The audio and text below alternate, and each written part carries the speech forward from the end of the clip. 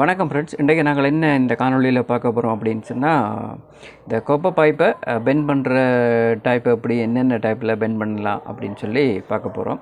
இதில் வந்து எல்லா வகையான பெண்டரும் என்னட்ட இல்லை. என்னட்ட 2 டைப்பில் இருக்கிற பெண்டர்கள் என்னட்ட இருக்குது. அது ரெண்டையும் வந்து நான் உங்களுக்கு காட்டுறேன்.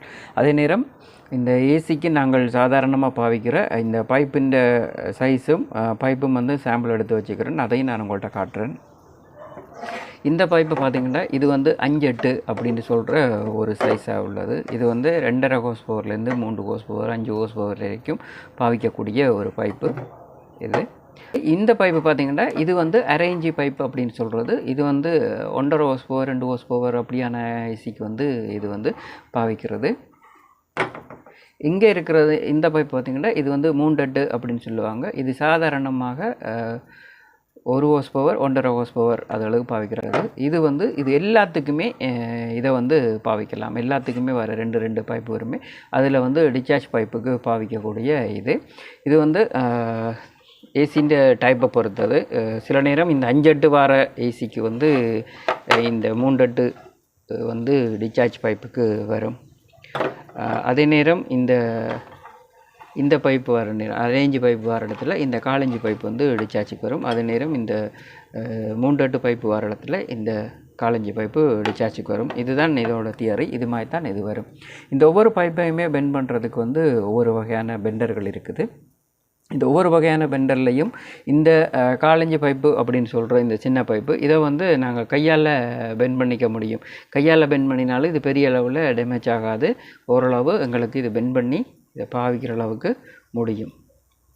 ஆகவே இதுக்கு வந்து பெருசாக பெண்டர் தேவையில்லை. இதை இந்த இதுக்கு கூடி நாங்கள் இப்படி வட்டமாக கூடி இதை வந்து பெண்ட் பண்ணிட்டோம் கையால்.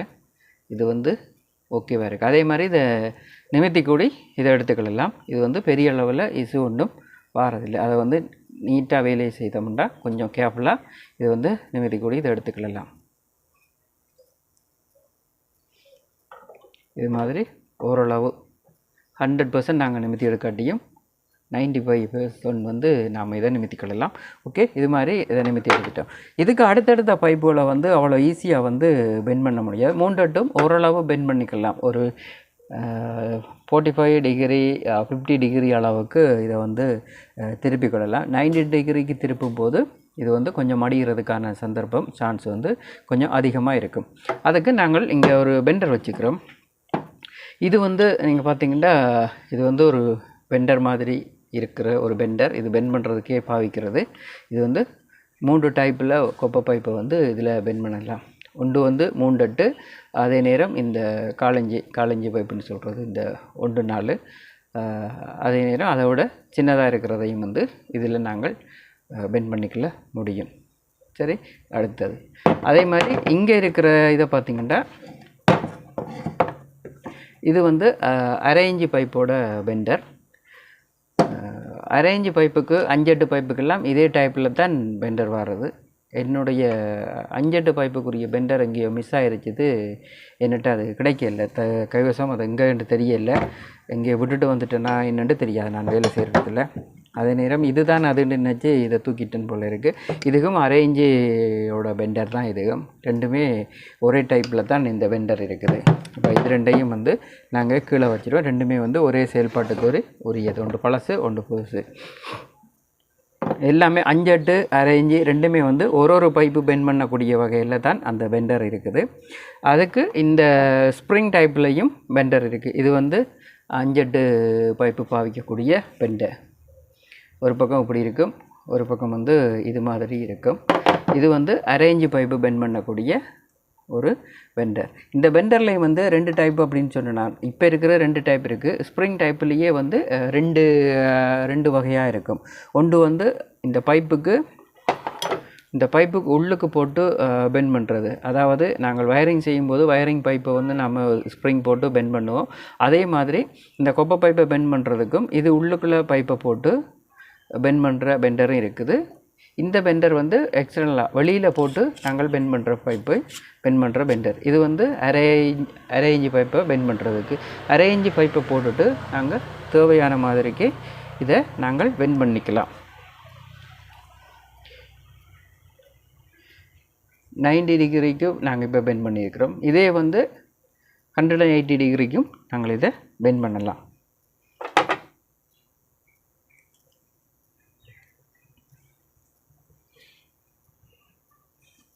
இதுக்கு முழங்கால சப்போர்ட் கொடுத்து நாங்கள் பெண்ட் பண்ணலாம், அல்லது வேறு ஏதாவது ஒரு சப்போர்ட்டை வச்சு கூட பெண்ட் பண்ணலாம்.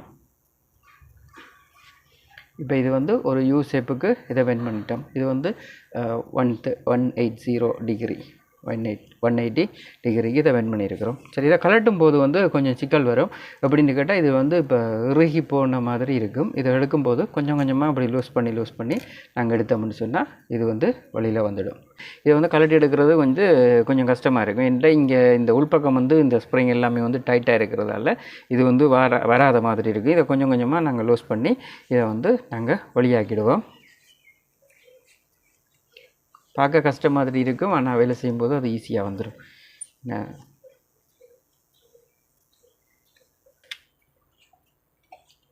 இப்படி பெண்டாக இருக்கிறதால கொஞ்சம் கஷ்டமாக தான் இருக்கும் வழியில் வர்றது. ஒரு மாதிரி எல்லாத்தையுமே தென்ட்டு வழியில் எடுத்துக்கொள்ளுங்க. இதுதான் ஸ்ப்ரிங் போட்டு பெண்ட் பண்ண இது வந்து பைப்பு வந்து இப்படித்தான் இருக்குது. அதே அரேஞ்சு பைப்பை நாங்கள் பெண்டரில் போட்டு பெண்ட் பண்ணி பார்ப்போம், அது எப்படி இருக்குன்ட்டு பார்க்கலாம். சரி, இதை இங்கே வச்சுடுவோம். இங்கே வச்சுட்டு அரேஞ்சு பைப்பை அதே சைஸான பைப்பை நாங்கள் பெண்டரில் போட்டு பெண்ட் பண்ணி பார்ப்போம் எப்படி இருக்குண்டு.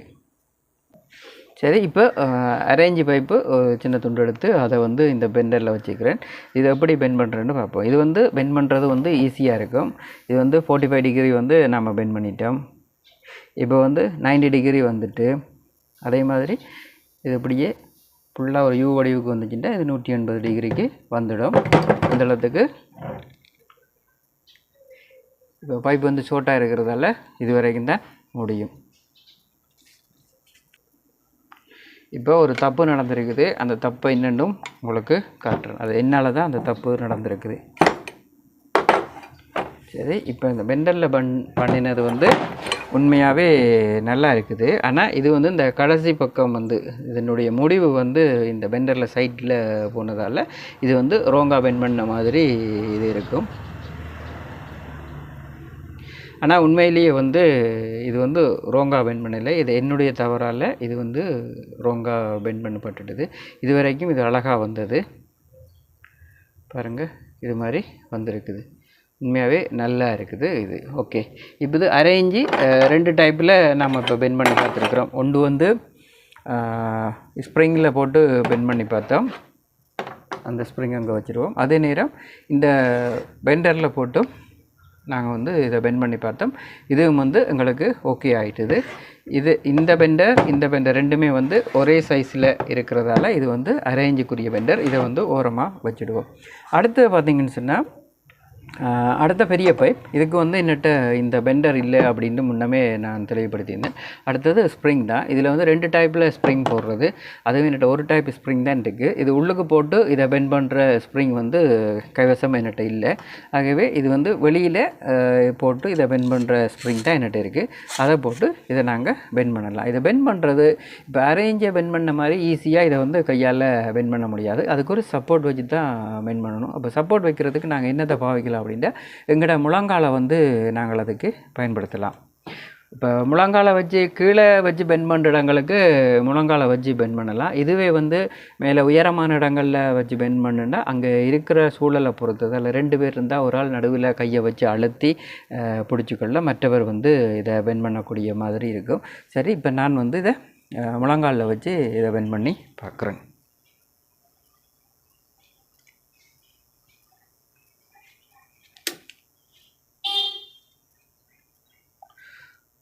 இது வந்து ஒரு 90 டிகிரிக்கு இதை நாங்கள் பெண்ட் பண்ணியிருக்கிறோம். இதை விட இதை வந்து கூடுதலாக பெண்ட் பண்ண முடியும்.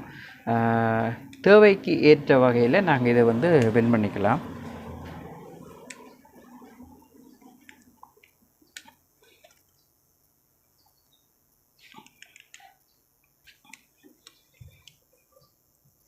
சப்போர்ட் இல்லாமல் இதை பெண்ட் பண்ணும்போது உள்ளுக்குள்ளே வளைக்கிறதுக்கு சந்தர்ப்பம் இருக்கிறது. ஏன்னா பைப்பு எவ்வளோ பெருசாக போகுதோ அந்த அளவுக்கு உள்பக்கமும் வெளிப்பக்கமும் சப்போர்ட் இருந்தால் மட்டும்தான் இது வந்து ஈஸியாக பெண்ட் ஆகும்.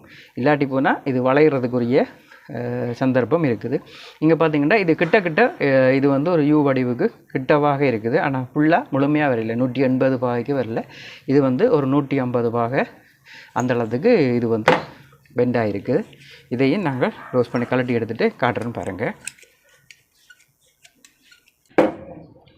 இது வந்து இப்படி தான் கஷ்டமாக இருக்கும். கொஞ்சம் கொஞ்சம் திரட்டில் திருவுற மாதிரி இதை உருவி எடுக்கணும்.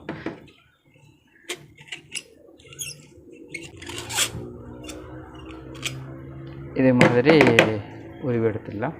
இது இப்படி தான் இருக்குது. ஆனால் இதுவுமே உண்மையாகவே நல்லா தான் வந்திருக்குது. இப்போ இது பாருங்கள், பெரிய அளவில் டேமேஜ் ஒன்றும் இல்லை, நல்லா தான் இது பெண்டாக இருக்குது. இதை விட இன்னும் கொஞ்சம் நாங்கள் பெண்ட் பண்ணும்போது இந்த மடிப்பு இன்னும் கொஞ்சம் கூட மடிஞ்சு இது வந்து கொஞ்சம் வளைவாக இருக்கிற ஒரு சந்தர்ப்பம் இருக்குது.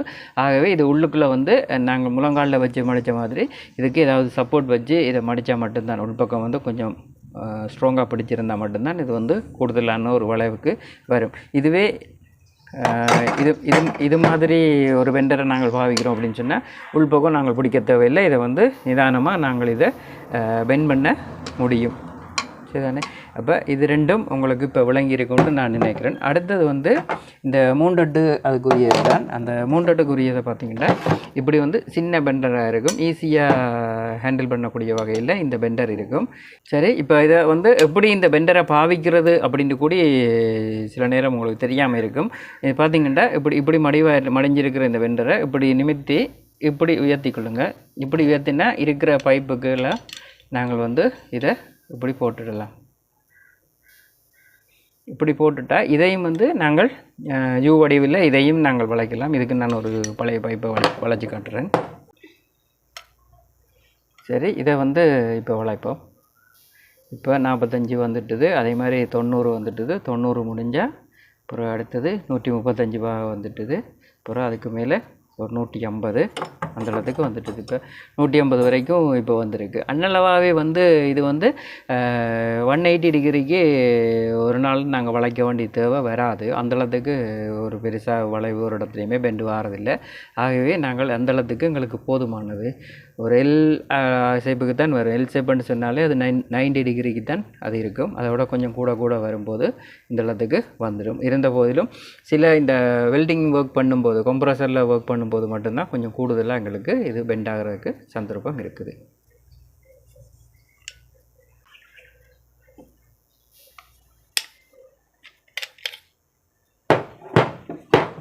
இது மாதிரி இங்கே இவ்வளவு சின்னதாக வளைஞ்சிருக்கு. இது ஒரு யூ ஷேப் வரைக்கும் இதையும் வளமைய மாதிரியே நாங்கள் வளைக்க முடியும். இங்கே அந்த இடத்துக்கு வளைஞ்சிருக்குது. இது ஓகே. இது வந்து மூண்டட்டு. அடுத்தது வந்து சொல்லவே தேவையில்லை. இது வந்து இதுக்கு பெண்டரே தேவையில்லை அப்படின்னு சொன்னால், இது பெண்டர் இருந்துன்னு சொன்னால் இன்னும் இதை வந்து இன்னும் அழகாக இதை வளைக்க முடியும்.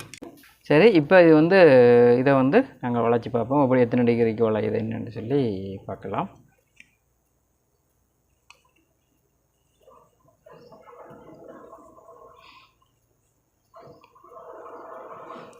இது வந்து ஃபுல் யூ ஷேப் வந்து ஈஸியாக வளைஞ்சிட்டுது. வளைச்சதுலேயே ஒரு பிரச்சனையுமே இல்லாமல் பெண்ட் ஆகினது இது தான்.